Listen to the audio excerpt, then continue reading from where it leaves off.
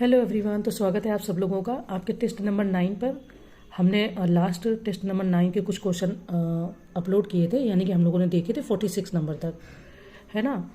मैंने कोशिश की थी, मैंने सोचा नहीं था कि इतना लंबा गैप हो जाएगा, बट क्या है कि फेस्टिवल की वजह से अब कुछ मुझे थोड़ी तबीयत मेरी ख़राब हो गई, तो कह सकते हैं कि इस तरीके से चीज़ें थोड़ा गड़बड़ हो गई और अच्छा नहीं लगा मुझे बिल्कुल भी।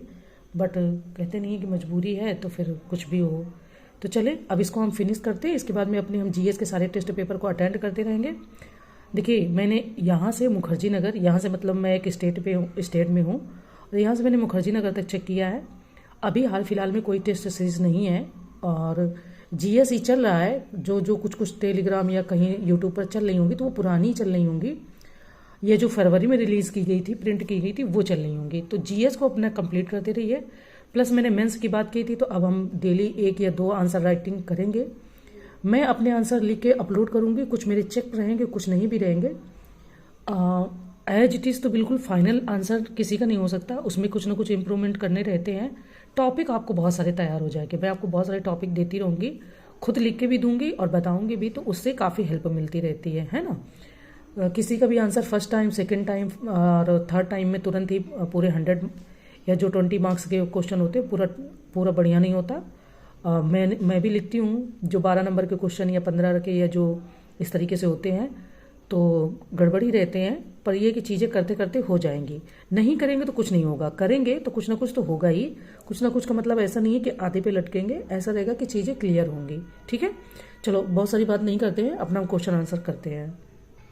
तो देखिए, क्वेश्चन नंबर 47 से हम देखते हैं कि निम्न कथनों पर विचार कीजिए। ऑप्शन फर्स्ट, पंडित रामकुमार शुक्ल ने गांधी जी से दिल्ली में मिलकर, ठीक है, मिलकर चंपारण आने का आग्रह किया था। सेकंड कह रहे हैं कि चंपारण जांच में महादेव देसाई, राजेंद्र प्रसाद आदि लोग महात्मा गांधी के सहयोगियों में से एक थे। तो उपरोक्त में से कौन सा से कथन सही है ये बताना। ऑप्शन है केवल फर्स्ट, बी केवल सेकंड, सी फर्स्ट और सेकंड दोनों, डी ना तो फर्स्ट और ना ही सेकंड। बात कर लेते हैं हम क्वेश्चन के आंसर की।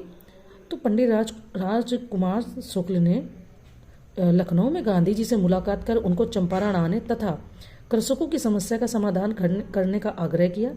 गांधी जी जब चंपारण पहुंचे तो उन्होंने किसानों से घूम घूम कर मुलाकात की, जिसमें आचार्य जीबी कृपलानी या जेबी कृपलानी, डॉक्टर राजेंद्र प्रसाद, महादेव देसाई, अनुग्रह नारायण सिन्हा आदि लोग उनके सहयोगी के रूप में शामिल थे।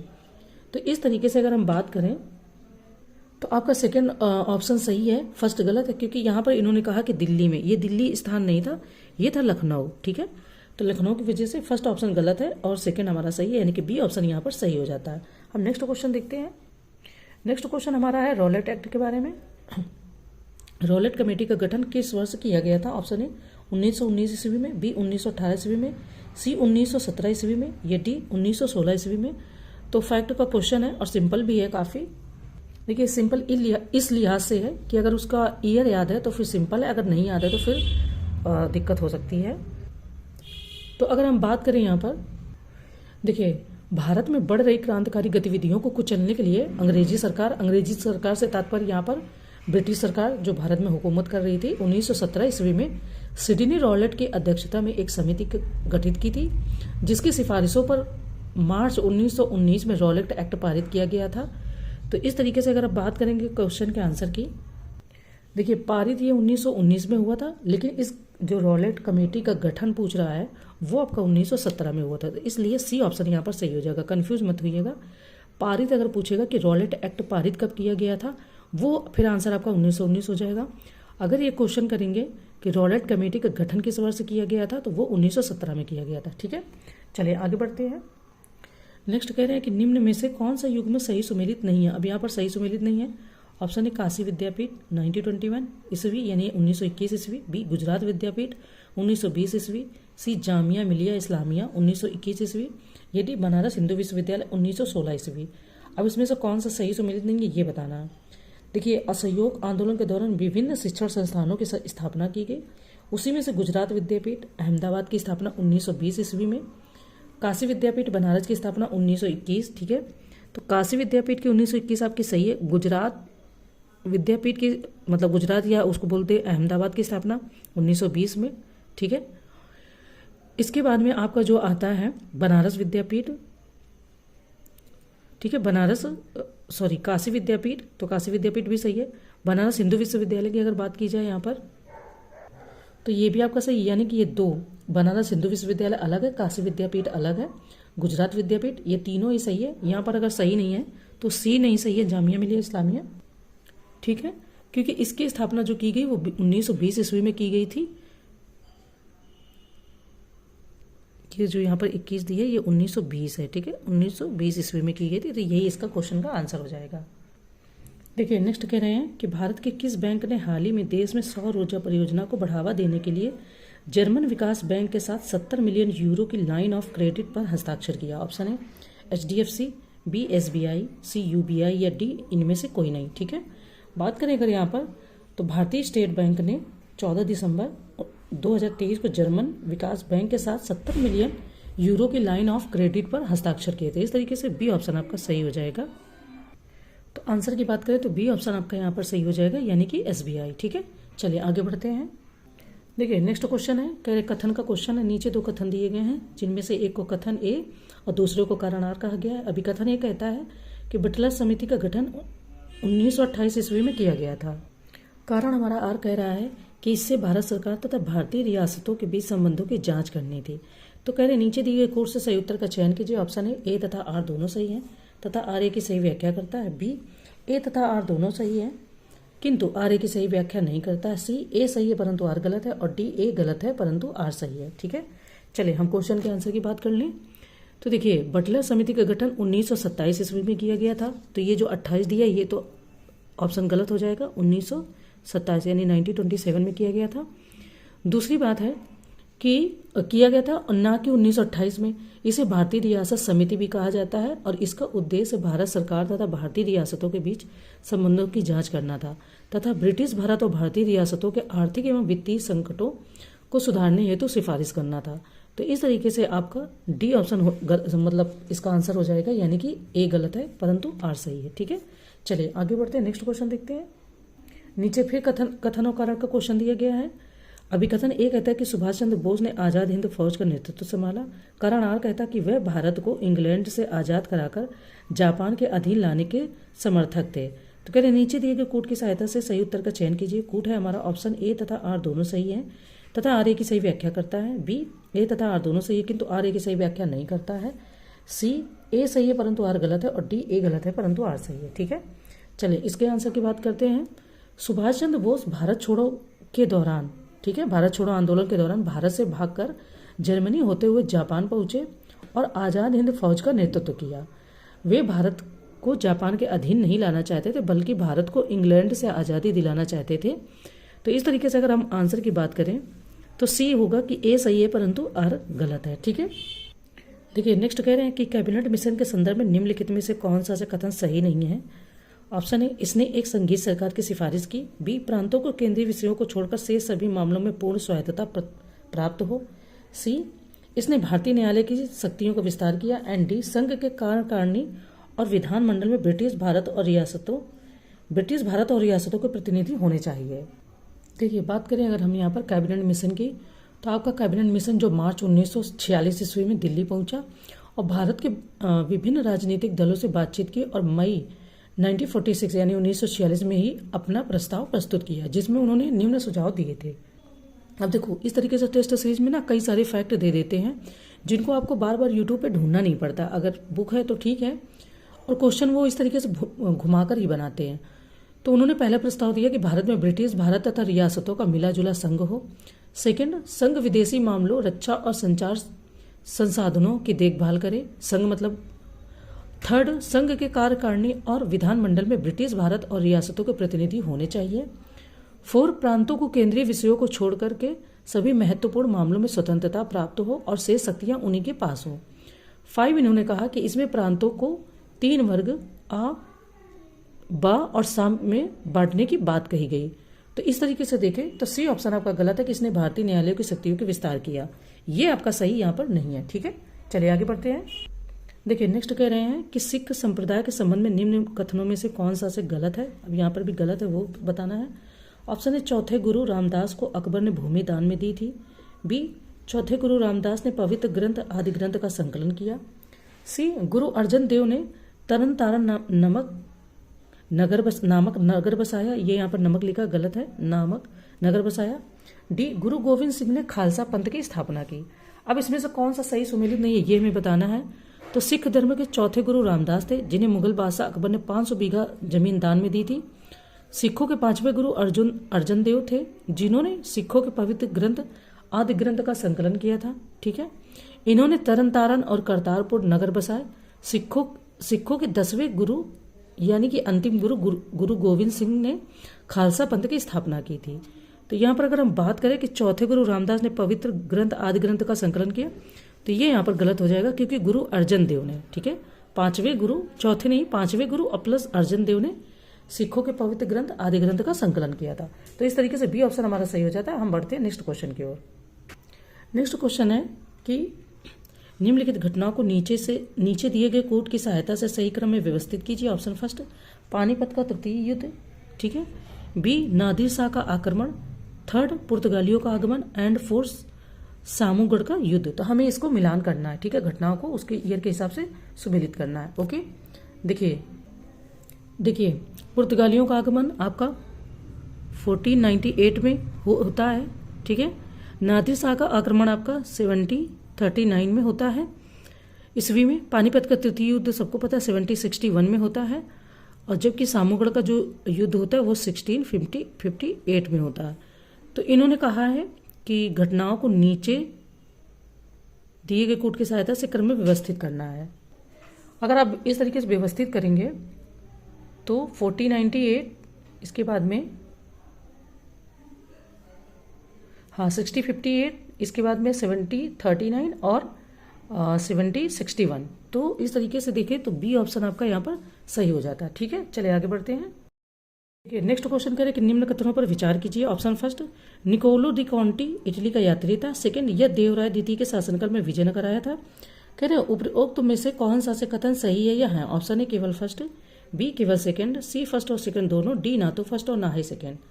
तो निकोलो कॉन्टी आपका इटली का यात्री था, जो देवराय प्रथम, इन्होंने यहाँ पर द्वितीय दे दिया, जो देवराय प्रथम के शासनकाल में विजयनगर साम्राज्य की यात्रा पर आया था, और इसने नगर में मनाए जाने वाले विभिन्न त्योहारों, दास प्रथा, ठीक है, त्योहारों तथा दास प्रथा का विस्तृत विवरण किया। तो ऑप्शन ए आपका यहाँ पर सही हो जाएगा, कि ऑप्शन ए केवल सही है, सेकंड आपका यहाँ पर गलत है। चलिए आगे बढ़ते हैं। नेक्स्ट कह रहे हैं कि निम्न कथनों पर विचार कीजिए। ऑप्शन फर्स्ट, प्रधानमंत्री गरीब कल्याण अन्न योजना को 5 वर्ष की अवधि के लिए बढ़ा दिया गया है। सेकंड, यह योजना केंद्र सरकार द्वारा मार्च 2019 में शुरू की गई थी। तो फिर उपरोक्त कथनों में से कौन सा से सही है ये बताना है। तो इस तरीके से अगर हम आंसर की बात करें तो प्रधानमंत्री गरीब कल्याण अन्न योजना की घोषणा केंद्र सरकार ने द्वारा मार्च 2020 में यानी 2020 में कोविड-19 महामारी के दौरान की गई थी, और जिसे केंद्र सरकार ने जनवरी 2024 तक के लिए बढ़ा दिया है। तो उपरोक्त में से कौन सा कथन सही है। तो ऑप्शन ए केवल आपका सही है। देखिए नेक्स्ट क्वेश्चन है कि अटल पेंशन योजना के बारे में निम्न कथनों पर विचार कीजिए। ऑप्शन फर्स्ट, इस योजना की शुरुआत 9 मई 2015 को की गई थी। सेकंड, अटल पेंशन योजना को राष्ट्रीय पेंशन योजना के माध्यम से पेंशन फंड नियामक एवं विकास प्राधिकरण द्वारा संचालित किया जाता है। नेक्स्ट कह रहे हैं कि यह योजना के तहत यानी कि इस योजना के तहत नामांकन 6 करोड़ के आंकड़े को पार कर गया है। 4 ऑप्शन कह रहे हैं कि इसका उद्देश्य गरीबों, वंचितों और असंगठित क्षेत्र के श्रमिकों के लिए सामाजिक सुरक्षा प्रदान करना है। तो उपरोक्त कथनों में से सत्य कथन है। Option A first second third, B second third four, C first second four and D first second third और फोर। बात करें अगर यहाँ पर हम अटल पेंशन योजना के बारे में, तो देखिए ये फैक्चुअल क्वेश्चन है। अटल पेंशन योजना की शुरुआत आपकी 9 मई 2015 को प्रधानमंत्री नरेंद्र मोदी जी के द्वारा की गई थी। ठीक है, इस तरीके से बात करें तो जो चारों ऑप्शन हमने बताए वो सभी के सभी आपके सही है, यानी कि डी ऑप्शन यहाँ पर सही है। ठीक है, चलिए आगे बढ़ते हैं। नेक्स्ट कह रहे हैं कि पारिस्थितिक पिरामिड्स का विचार सर्वप्रथम किसने रखा। ऑप्शन ए ग्रीनेल्स ने, बी चार्ल्स एल्टन ने, सी WM एडम्स ने, या डी MG ब्रैडशॉ ने। तो अगर हम बात करें यहाँ पर क्वेश्चन के आंसर की, ठीक है, कि पारिस्थितिक पिरामिड्स का विचार सर्वप्रथम किसने रखा, तो देखिए पारिस्थितिकी पिरामिड्स का जो विचार आया वो सर्वप्रथम चार्ल्स एल्टन ने 1927 ईस्वी में रखा था। ठीक है, तो बी ऑप्शन आपका यहाँ पर सही हो जाएगा। ओके, देखिए नेक्स्ट कह रहे हैं कि निम्न कथनों पर विचार कीजिए। ऑप्शन फर्स्ट, संयुक्त राष्ट्र पर्यावरण कार्यक्रम की स्थापना 1972 ईस्वी में हुई थी। ठीक है, इसका मुख्यालय स्विट्जरलैंड के जिनेवा में है। कह रहे उपरोक्त में से कौन सा कथन सही है या है। अगर हम यहाँ पर आंसर की बात करें तो ऑप्शन ए सही है, सेकंड आपका गलत है कि जो संयुक्त राष्ट्र पर्यावरण कार्यक्रम है इसका जो मुख्यालय है वो केन्या के नैरोबी में स्थित है ना। तो इस तरीके से सेकंड सही है, सॉरी सेकंड गलत है, जबकि फर्स्ट आपका सही है। ठीक है, नेक्स्ट क्वेश्चन कह रहे हैं यहाँ पर कि निम्न कथनों में से कौन सा सही नहीं है। पहली बात तो सही नहीं है ये बताना है। ऑप्शन फर्स्ट, COP28 सम्मेलन यूएई के दुबई में संपन्न हुआ। सेकंड, यह सम्मेलन एक नए समझौते के साथ संपन्न होगा जिसे दुबई आम सहमति का नाम दिया गया। सी, इस सम्मेलन में हानि एवं क्षति कोप के संचालन संबंधित समझौता संपन्न हुआ। डी, हानि एवं क्षति को रोकने और न्यूनतम करने और संबोधित करने के लिए सेंटियागो नेटवर्क पर निर्णय लिया गया। तो कह रहे इसमें से कौन सा सही नहीं ये बताना है। तो हमें अब यहाँ पर ये बताना है कि इसमें से कौन सा ऑप्शन सही नहीं है। ठीक है, ए बी सी डी जो भी हैं। तो अगर हम बी ऑप्शन की बात करें, इन्होंने कहा कि यह सम्मेलन एक नए समझौते के साथ संपन्न होगा जिसे दुबई आम सहमति का नाम दिया गया। तो संयुक्त राष्ट्र जलवायु परिवर्तन सम्मेलन आपका COP28 जो कि यूएई के दुबई में हुआ था, एक नए समझौते के साथ संपन्न हुआ जिसे यूएई आम सहमति का नाम दिया गया, ना कि दुबई आम सहमति का। ठीक है, तो बी ऑप्शन यहाँ पर इसका आंसर हो जाएगा कि ये यहाँ सही नहीं है। चलिए आगे बढ़ते हैं। देखिए नेक्स्ट है कि निम्न में से कौन सा भारतीय राज्य 3 ओर से अंतर्राष्ट्रीय सीमा से घिरा हुआ है। ऑप्शन है तमिलनाडु, बी नागालैंड, सी मिजोरम या डी सिक्किम। ठीक है, बात करें तो भारत में आपका जो त्रिपुरा तथा सिक्किम राज्य 3 ओर से अंतर्राष्ट्रीय सीमा से घिरे हुए हैं। इसमें से त्रिपुरा केवल बांग्लादेश द्वारा तीनों तरफ से घिरा हुआ है, जबकि सिक्किम आपका चीन, नेपाल तथा भूटान से घिरा हुआ है। तो डी ऑप्शन आपका हो जाएगा सिक्किम। वैसे सरल है बट अगर याद नहीं है तो फिर नहीं। चलिए आगे बढ़ते हैं। देखिए नेक्स्ट कह रहे हैं कि निम्न में से कौन सा कथन सत्य नहीं है। अब यहाँ पर सत्य नहीं है पूछा है। ऑप्शन है, भौमिकीय दृष्टि से प्रायद्वीपीय क्षेत्र भारत का सबसे प्राचीन भाग है। बी, संरचनात्मक दृष्टि से मेघालय पठार दक्कन पठार का ही विस्तारित भाग है। सी, भारत के पश्चिमी समुद्र तट का निर्माण भूमि के उत्थान एवं निर्गमन के कारण हुआ है। एंड डी, भारत में गोंडवाना शिलाओं में सोन तथा चांदी के भंडार है। तो अब यहाँ पर कौन सा सही नहीं है वो हमें बताना है। तो देखिए प्रायद्वीपीय क्षेत्र भारत का सबसे प्राचीनतम भाग, ये तो सही है। वहीं दूसरी तरफ मेघालय पठार प्रायद्वीपीय पठार का ही विस्तारित भाग है जो भ्रंशन के कारण भारतीय प्रायद्वीप से मालदा गैप द्वारा पृथक हो गया। पश्चिमी समुद्र तट का निर्माण भी आपका भूमि के उत्थान एवं निर्गमन के कारण हुआ है। डी ऑप्शन आपका यहाँ पर सही नहीं है। ठीक है, क्योंकि ये इन्होंने कहा कि भारत में गोंडवाना शिलाओं में सोने तथा चांदी के भंडार पाए जाते हैं, जबकि गोंडवाना शिलाओं में कोयले का भंडार मिलता है। तो डी यहाँ पर अपना गलत हो जाता है। ठीक है, चलिए आगे बढ़ते हैं।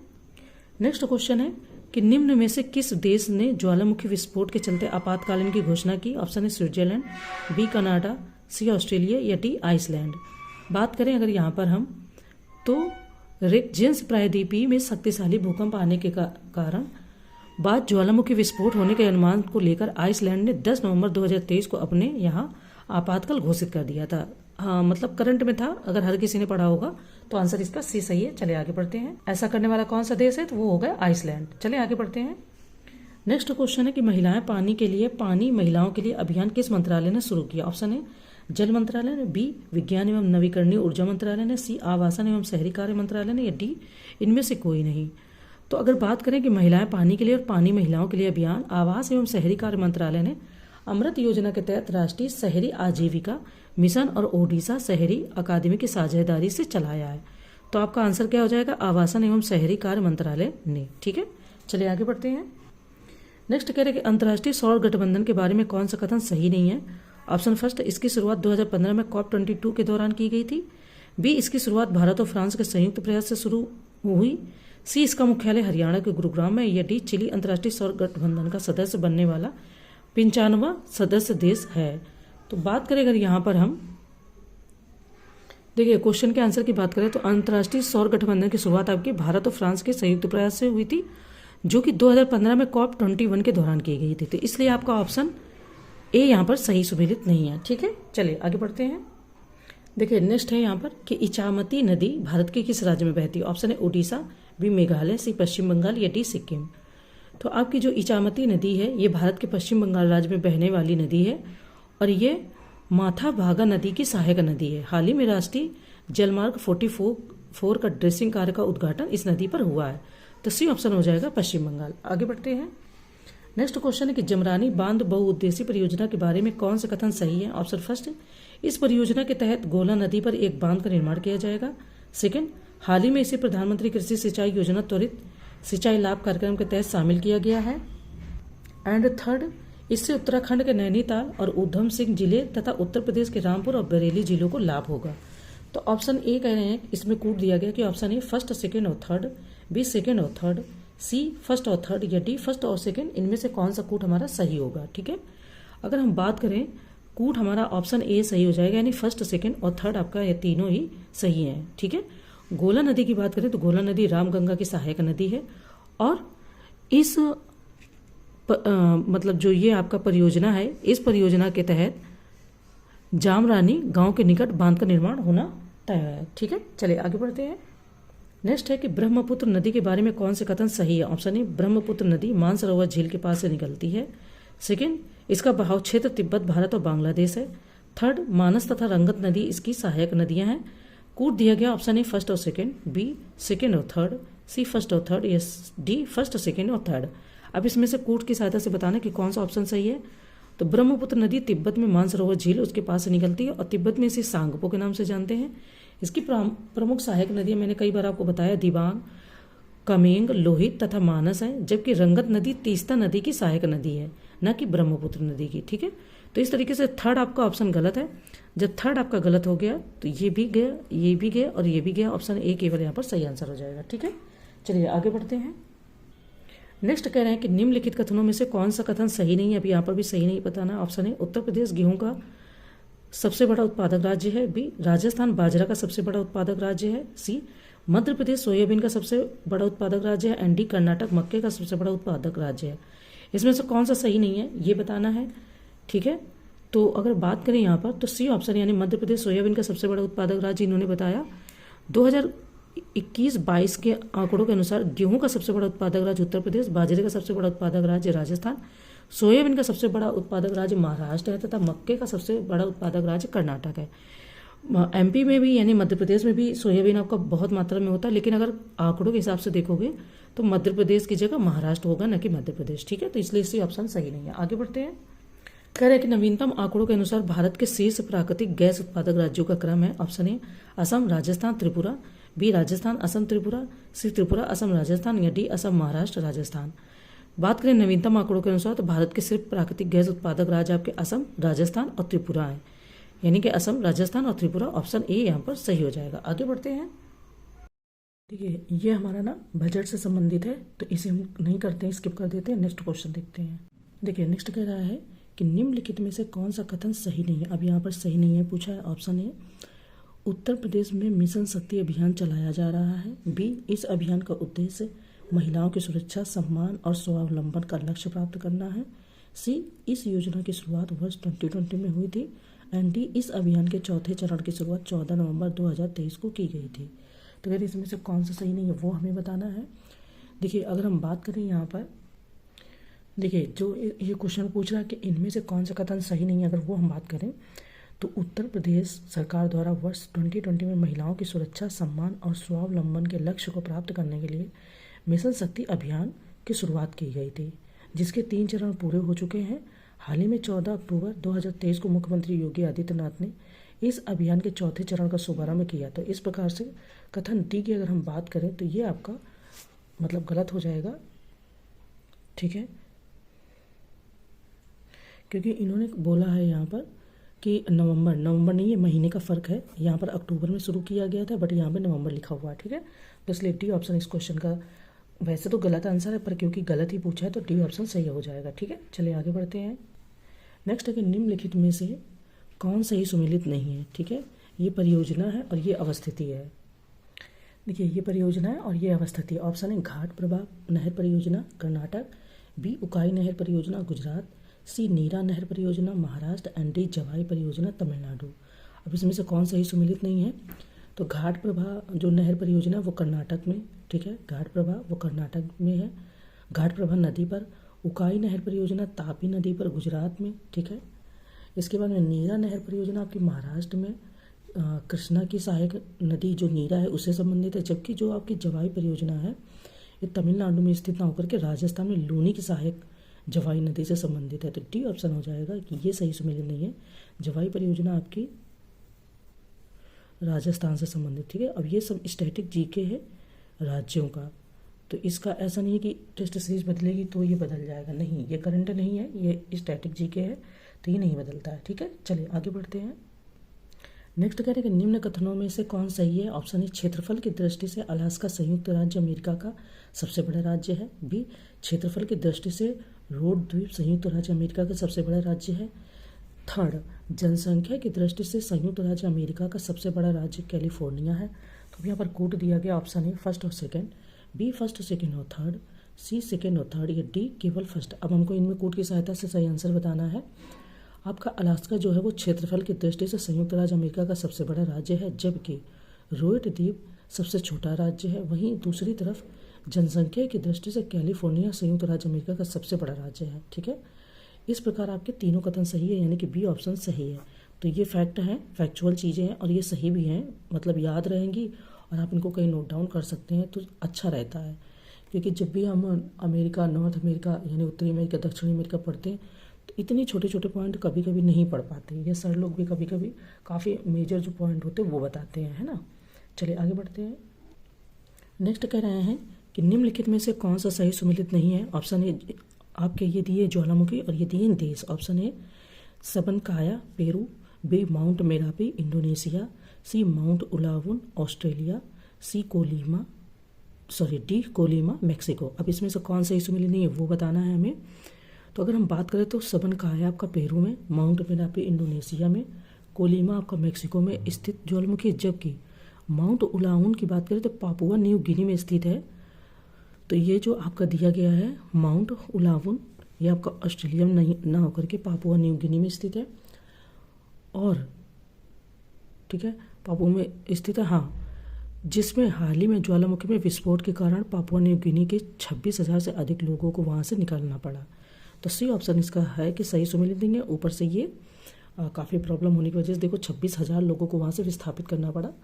तो ये अपने आप में काफ़ी चिंता का विषय है। चलिए आगे बढ़ते हैं, क्योंकि जब भी ज्वालामुखी वगैरह आते हैं इस तरीके के तो प्रॉब्लम तो हो ही जाती है उस जगह पर, है ना। नेक्स्ट कह रहे हैं कि निम्न कथनों पर विचार करना है। ऑप्शन फर्स्ट, आल्प्स पर्वत माला फ्रांस को इटली से अलग करता है। बी, आल्प्स पर्वत माला की सर्वोच्च चोटी माउंट ब्लांका इटली में स्थित है। उपरोक्त में से कौन सा कथन सही है? यह है ऑप्शन है केवल फर्स्ट, बी केवल सेकंड, सी फर्स्ट और सेकंड दोनों, डी ना तो फर्स्ट और ना ही सेकंड। बात करें यहाँ पर आल्प्स पर्वतमाला की, तो ये फ्रांस के दक्षिण पूर्व में अवस्थित है, जो फ्रांस को इटली से अलग करता है। इसकी सर्वोच्च चोटी माउंट ब्लांका है, जो फ्रांस में अवस्थित है। तो इन्होंने बोला है कि इटली में अवस्थित है, इटली में अवस्थित नहीं। तो इस तरीके से सेकंड ऑप्शन आपका गलत, तो ये भी गलत, ये भी गलत, ये तो है ही। तो ऑप्शन ए यहाँ पर सही हो जाएगा, ठीक है। चलिए आगे बढ़ते हैं। देखिए जीएस की ये टेस्ट सीरीज है, तो सारे क्वेश्चन आपके टाइम से दिए गए हैं। काफ़ी क्वेश्चन पहले दूसरे सब्जेक्ट के हिस्ट्री के हो गए, फिर पॉलिटी, फिर जियोग्राफी, है ना, इसी तरीके से तो दिया गया है। नेक्स्ट है कि निम्नलिखित युग्मों में से कौन सा सही सुमेलित नहीं है। अभी यहाँ पर सही सुमेलित नहीं है ये बताना है। ये अनुच्छेद है और ये प्रावधान है। ऑप्शन ए अनुच्छेद 81 राज्यसभा की संरचना, बी अनुच्छेद 84 संसद के सदस्यों के लिए अर्हता, अनुच्छेद 76 भारत का महान्यायवादी, एंड डी अनुच्छेद 63 भारत का उपराष्ट्रपति। कौन सही सुमेलित नहीं? तो फैक्चुअल क्वेश्चन है, ये फैक्ट आने चाहिए, क्वेश्चन ऐसे आते हैं खूब। अनुच्छेद 63 की अगर हम बात करें यहाँ पर, तो भारत के उपराष्ट्रपति। अनुच्छेद 76 पता ही है, सिंपल, भारत का महान्यायवादी। अनुच्छेद 80 में राज्यसभा की संरचना का उल्लेख और 81 में लोकसभा की संरचना का प्रावधान है, ठीक है। 80 में राज्यसभा, इन्होंने 81 दिया है राज्यसभा, ये गलत है। और 81 में जो यहाँ पे दिया है उसमें लोकसभा की संरचना का प्रावधान है, जबकि 84 में संसद की सदस्यता के लिए अर्हता की बात कही गई है। तो ऑप्शन ए यहाँ पर ये गलत हो जाता है और यही हमारा आंसर है, क्योंकि गलत ही पूछ रहा है। तो आई होप कि आपको पता चल गया, ठीक है। चलें आगे बढ़ते हैं। यहाँ पर 80 नहीं होगा, ये आर्टिकल 80 हो जाएगा। और ये जो 81 दिया है ये लोकसभा की संरचना का प्रावधान है इसमें, ठीक है। चलिए आगे बढ़ते हैं। नेक्स्ट क्वेश्चन नंबर हमारा बात कर रहा है कि निम्नलिखित में से कौन सा एक युग में सही सुमेलित नहीं है। यहाँ पर भी सही सुमेलित नहीं बताना, ये योजना है, ये उसके उद्देश्य है। ऑप्शन ए प्रधानमंत्री वाणी योजना, सार्वजनिक स्थलों पर वाईफाई उपलब्धता। बी निर्विक योजना, निर्यातकों की ऋण उपलब्धता बढ़ाना। सी प्रधानमंत्री जीवन योजना, देश में दूसरी पीढ़ी का इथेनॉल क्षमता विकसित करना। एंड डी प्रधानमंत्री वय वंदन योजना, असंगठित क्षेत्र के विक्रेताओं को ऋण सुविधा उपलब्ध कराना। तो देखिए, प्रधानमंत्री वय वंदन योजना की बात करें तो वरिष्ठ नागरिकों की पेंशन योजना है। तो इस तरीके से डी ऑप्शन सही सम्मिलित नहीं है। यहाँ पे असंगठित क्षेत्र के विक्रेताओं को ऋण से नहीं है, ये वरिष्ठ नागरिकों की पेंशन योजना से संबंधित है। ठीक है, चलिए आगे बढ़ते हैं। नेक्स्ट है कि उत्तर प्रदेश के निम्नलिखित में से किस जनपद में अगरिया जनजाति निवास करते हैं। ऑप्शन है Mirzapur, B Sonbhadra, C Ballia, and D Azamgarh. देखो, अगर अगरिया जनजाति के बारे में बात करें तो यह आपके उत्तर प्रदेश के सोनभद्र जिले में निवास करती है। गोंड, धुरिया, नायक, ओझा, खरवार, पहरिया, बैगा, चेरी इत्यादि जनजातियाँ भी सोनभद्र में पाई जाती हैं। तो देखिए, एक तो आपको पता चल गया कि अगरिया जनजाति कहाँ निवास करती है। इसके सिवा आपको यहाँ पर बहुत सारी जनजातियों के निवास स्थान भी पता चल गए। ठीक है, तो ऑप्शन बी हो जाएगा आपका सोनभद्र। आगे बढ़ते हैं। नेक्स्ट कह रहे हैं कि डोलड्रम के संदर्भ में असत्य कथन चुने। ऑप्शन फर्स्ट, यह धरातली क्षैतिज पवनों का जन्म होता है। सेकंड, यहाँ समयानीय धाराएं चलती हैं। तो कूट दिया गया ऑप्शन है केवल फर्स्ट सही है, या बी केवल सेकंड सही है, सी फर्स्ट तथा सेकंड दोनों सही है, या डी ना तो फर्स्ट और ना ही सेकंड। डोलड्रम के बारे में बात करें तो भूमध्य रेखा से 10 डिग्री नॉर्थ यानी ऊपर की ओर और 10 डिग्री साउथ यानी कि नीचे के ओर। ठीक है, इन दोनों के बीच में विषुवतीय निम्न वायुदाब पेटी पाई जाती है। यहाँ वर्ष भर सूर्य की किरणें लंबवत पड़ती हैं, जिसके कारण तापमान हमेशा उच्च रहता है। तापमान अधिक होने के कारण वायु हल्की होकर ऊपर उठती है और समयानीय धाराओं का जन्म होता है। यहाँ धरातलीय क्षैतिज पवनें नहीं चलती, इसीलिए इसे शांत पेटी या डोलड्रम भी कहते हैं। तो ऑप्शन ए आपका यहाँ पर फिलहाल सही हो जाएगा। ठीक है, चलिए, क्योंकि ये सेकंड इसलिए गलत है क्योंकि इन्होंने कहा कि यहाँ समयानीय धाराएं चलती हैं, जबकि ऐसा नहीं है। ठीक है, चलिए आगे बढ़ते हैं। नेक्स्ट कह रहे हैं सूची फर्स्ट को सूची सेकंड से सुमेलित करिए तथा नीचे दिए गए कोड की सहायता से सही उत्तर चुनिए। सूची फर्स्ट में जल संधि है, सूची सेकंड में उसकी स्थिति है। ऑप्शन फर्स्ट, डोबर जल संधि, स्पेन मोरक्को, बी जिब्राल्टर जल संधि, ओमान ईरान, सी बाब अल मंदेब जल संधि, Yemen Djibouti, and D Hormuz जल संधि, इंग्लैंड फ्रांस। तो अब हमको इस कोड की सहायता से इसका सही आंसर बताना है कि कौन किससे सही सुमेलित है। डोबर जल संधि की बात करें तो ये आपका इंग्लिश चैनल एवं उत्तरी सागर इंग्लैंड फ्रांस से संबंधित है। ठीक है, डोबर जल संधि, ये आपकी डोबर जल संधि और ये आपकी इंग्लिश चैनल प्लस उत्तरी। देखिए, A4 हो जाएगा आपका यहाँ पर, डी सेकंड हो जाएगा, C3 रहेगा, ओके, और B1 हो जाएगा। तो इस तरीके से बी ऑप्शन हमारा यहाँ पर सही आंसर इसका निकल आता है। ठीक है, चलिए आगे बढ़ते हैं। नेक्स्ट क्वेश्चन हमारा कथन कारण का है। कह रहे नीचे दो कथन दिए कि जिनमें से एक को अभिकथन ए और दूसरे को कारण आर कहा गया है। देखिए, अभिकथन ए कहता है कि सिटी डीजल के दहन से वायुमंडल में तीव्र प्रदूषण पैदा होता है। कारण कह रहे हैं कि इसमें सल्फर की मात्रा बहुत कम होती है। तो नीचे दिए गए कोड की सहायता से सही उत्तर का चयन करना। कोड हमारा ऑप्शन ए तथा आर दोनों सही है। आर ए की सही व्याख्या करता है, बी ए तथा आर दोनों सही है किंतु आर ए की सही व्याख्या नहीं करता है, सी ए सही है परंतु आर गलत है, एंड डी ए गलत है परंतु आर सही है। ठीक है, अगर हम बात करें तो अभिकथन ए गलत है परंतु कारण आर आपका यहाँ पर सही है। सिटी डीजल को ultra low sulphur diesel USLD भी कहते हैं, जो कि डीजल का एक अत्यधिक स्वच्छ रूप है। इसके दहन से वायुमंडल में, ठीक है, इसके दहन से वायुमंडल में कम प्रदूषण फैलता है क्योंकि इसमें सल्फर की मात्रा बहुत कम होती है। तो डी ऑप्शन हो जाएगा कि ए गलत है परंतु आर सही है। ठीक है, चलिए नेक्स्ट क्वेश्चन है आपका कि क्रिप्स मिशन के प्रस्ताव के संदर्भ में निम्नलिखित कथनों पर विचार कीजिए। ऑप्शन फर्स्ट, युद्ध की समाप्ति पर संविधान का निर्माण करने के लिए संविधान सभा का गठन किया जाएगा। नेक्स्ट कह रहे हैं कि भारत को डोमिनियन दर्जा दिया जाएगा। तो उपरोक्त में से कौन सा से कथन सही है। ऑप्शन फर्स्ट केवल फर्स्ट, बी केवल सेकंड, सी फर्स्ट और सेकंड दोनों, डी ना तो फर्स्ट और ना ही सेकंड। अब क्रिप्स मिशन वैसे पढ़ाई होगा सबने। इसकी बात करें तो आपका क्रिप्स मिशन जो है मार्च 1942 ईस्वी में भारत आया और भारतीय नेताओं से वार्ता के पश्चात उन्होंने निम्न प्रस्ताव रखे। तो इन्होंने रखा कि युद्ध की समाप्ति पर संविधान का निर्माण करने के लिए एक संविधान सभा का गठन किया जाएगा। नेक्स्ट कि भारत को डोमिनियन दर्जा दिया जाएगा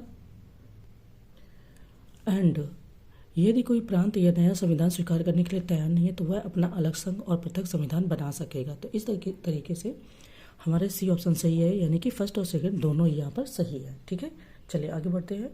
नेक्स्ट क्वेश्चन हमारा सूची से संबंधित है। सूची फर्स्ट को सूची सेकंड से सम्मिलित करना है और नीचे दिए गए कोड की सहायता से सही उत्तर चुनना है। सूची फर्स्ट में अनुसूची है और सूची सेकंड में विषय है। ऑप्शन ए चतुर्थ अनुसूची राज्यसभा में स्थानों का आवंटन, बी नवीं अनुसूची भूमि सुधार अधिनियम, सी सातवीं अनुसूची शक्तियों का विभाजन एंड डी 11वीं अनुसूची पंचायतें।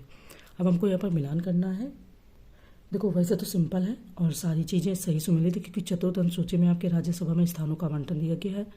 नवी सूची आपको पता है कि संविधान संशोधन के द्वारा जोड़ी गई भूमि सुधार अधिनियम से संबंधित है। सातवीं अनुसूची आपका शक्तियों के विभाजन का है या बंटवारा से संबंधित है। थर्ड है डी है 11वीं अनुसूची, इसमें पंचायतें हैं। ठीक है, तो अगर बात करें तो ऑप्शन ए आपका यहाँ पर सही हो जाता है। चलिए आगे बढ़ते हैं। नेक्स्ट क्वेश्चन हमारा कह रहे हैं कि निम्न कथनों पर विचार करना है। ऑप्शन ए अनुच्छेद 20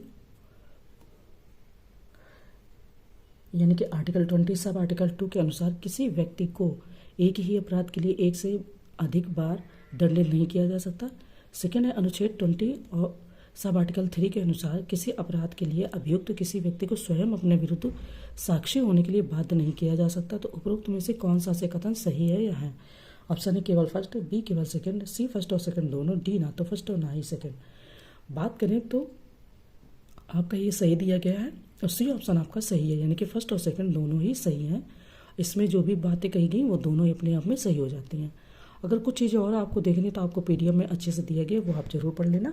हम बढ़ते हैं नेक्स्ट क्वेश्चन की ओर। ठीक है, नेक्स्ट क्वेश्चन है कि निम्नलिखित में से कौन सा कथन सही है? ऑप्शन ए केंद्र में मंत्रिपरिषद संसद के प्रति सामूहिक रूप से उत्तरदायी होती है, बी संसद में लोक तथा राज्यसभा शामिल है, सी विधि निर्माण हेतु प्रस्ताव के बारे में राष्ट्रपति प्रधानमंत्री को सूचित करेगा एंड डी संघीय मंत्री भारत के राष्ट्रपति के प्रसाद पर्यंत पद धारण करेंगे। तो इनमें से कौन सा कथन सही है ये हमें बताना है। तो देखिए केंद्र में मंत्री परिषद संसद के प्रति उत्तरदायी नहीं होती बल्कि लोकसभा के प्रति उत्तरदायी होती है। ठीक है, इन्होंने कहा है कि सामूहिक रूप से क्योंकि संसद में दोनों हाउस आ जाते हैं, राज्यसभा प्लस लोकसभा, लेकिन मंत्रिपरिषद लोकसभा के प्रति उत्तरदायी होती है, पूरी संसद के प्रति नहीं। ठीक है, दूसरी बात अगर हम बात करें यहाँ पर संसद में लोकसभा, राज्यसभा तथा राष्ट्रपति संयुक्त रूप से शामिल होते हैं। विधि निर्माण हेतु प्रस्ताव के बारे में प्रधानमंत्री राष्ट्रपति को सूचित करते हैं और संघीय मंत्री परिषद, ठीक है, संघीय मंत्री भारत के राष्ट्रपति के प्रसाद पर्यंत पद धारण करते हैं। तो अगर सही आंसर की बात करें तो डी ऑप्शन यहाँ पर इन्होंने बताया सही है। चलिए आगे बढ़ते हैं। नेक्स्ट क्वेश्चन की बात करें तो लोकसभा के संदर्भ में निम्न कथनों पर विचार करना। ऑप्शन फर्स्ट लोकसभा के संरचना का वर्णन अनुच्छेद 81 में है, बी लोकसभा में अधिकतम 552 सदस्य हो सकते हैं, थर्ड है कि लोकसभा का चुनाव लड़ने के लिए न्यूनतम 25 वर्ष उम्र होनी चाहिए एंड फोर है कि लोकसभा में राज्यवार सीटों का आवंटन वर्तमान में 1981 की जनगणना पर आधारित है। तो उपरोक्त में से कौन सा से कथन सही है? ऑप्शन ए फर्स्ट और second, B first second third और फोर, सी फर्स्ट थर्ड और फोर या डी सेकेंड थर्ड और फोर। ठीक है, तो चलिए हम बात करते हैं क्वेश्चन के आंसर की। तो लोकसभा की संरचना का वर्णन आपका 81 में दिया गया, सही है। वर्तमान में लोकसभा में अधिकतम 550 सदस्य ही हो सकते हैं क्योंकि 104वें संविधान संशोधन अधिनियम द्वारा लोकसभा एवं राज्य विधानसभा में आंग्ल भारतीय समुदाय यानी कि जिनको बोलते थे ना मनोनीत सदस्य, उनके प्रतिनिधित्व के लिए सदस्यों को नामित करने की जो व्यवस्था थी उसको समाप्त कर दिया गया। लोकसभा में राज्यवार सीटों का आवंटन वर्ष 1971 की जनगणना पर आधारित है। इस प्रकार कथन फर्स्ट और थर्ड सही है जबकि सेकेंड और फोर्थ गलत है। तो ऑप्शन ये हो जाएगा फर्स्ट और सेकेंड। चलिए आगे बढ़ते हैं। यहाँ पर देखिए प्रिंटिंग की प्रॉब्लम है, फर्स्ट और थर्ड होगा, बाकी सभी सही हैं। ठीक है, चलिए आगे बढ़ते हैं। देखिए नीचे दिया गया है, नेक्स्ट क्वेश्चन है कि नीचे दो कथन दिए गए हैं जिनमें से एक को अभिकथन ए और दूसरे को कारणहार कहा गया है। अभिकथन ए कहता है कि दूरदर्शन के संकेत एवं निश्चित दूरी के बाद नहीं मिल सकते। कारण कह रहे कि पृथ्वी की सतह वक्राकार है। तो नीचे दिए गए कोड की सहायता से सही उत्तर का चयन करना। कोड है हमारा ऑप्शन ए तथा आर दोनों सही है तथा आर ए की सही व्याख्या करता है, बी ए तथा आर दोनों सही है किंतु आर ए की सही व्याख्या नहीं करता है, सी ए सही है परंतु आर गलत है एंड डी ए गलत है परंतु आर सही है। ठीक है, बात करें क्वेश्चन के आंसर की तो पृथ्वी की सतह वक्राकार होने के कारण दूरदर्शन के संकेत एक निश्चित दूरी के बाद नहीं मिल सकते क्योंकि सिग्नल पृथ्वी की सतह से न टकराकर आगे बढ़ जाते हैं। तो ऑप्शन ए आपका यहाँ पर आंसर हो जाएगा। ठीक है, चलिए आगे बढ़ते हैं। नेक्स्ट कह रहे हैं कि निम्नलिखित पर्वतों में से कौन टर्सरी पर्वतीकरण का परिणाम नहीं है? Option A Kunlun, B Andes, C Alps या डी अपलेशियन। तो बात करें अगर यहाँ पर तो Kunlun, Andes, Alps, Himalaya, tertiary, alpine, युगीन वलित पर्वत है, जबकि इसके अतिरिक्त रॉकी एवं एटलस भी इसी श्रेणी के पर्वत है। अपलेशियन एक प्राचीन पर्वत है जिसका निर्माण कैलिडोनियम युग में हुआ था। तो इसलिए डी ऑप्शन आपका यहाँ पर सही आंसर हो जाता है। ठीक है, तो देखिए 46 से हमने स्टार्ट किया था और ये 90 तक हो गए क्वेश्चन।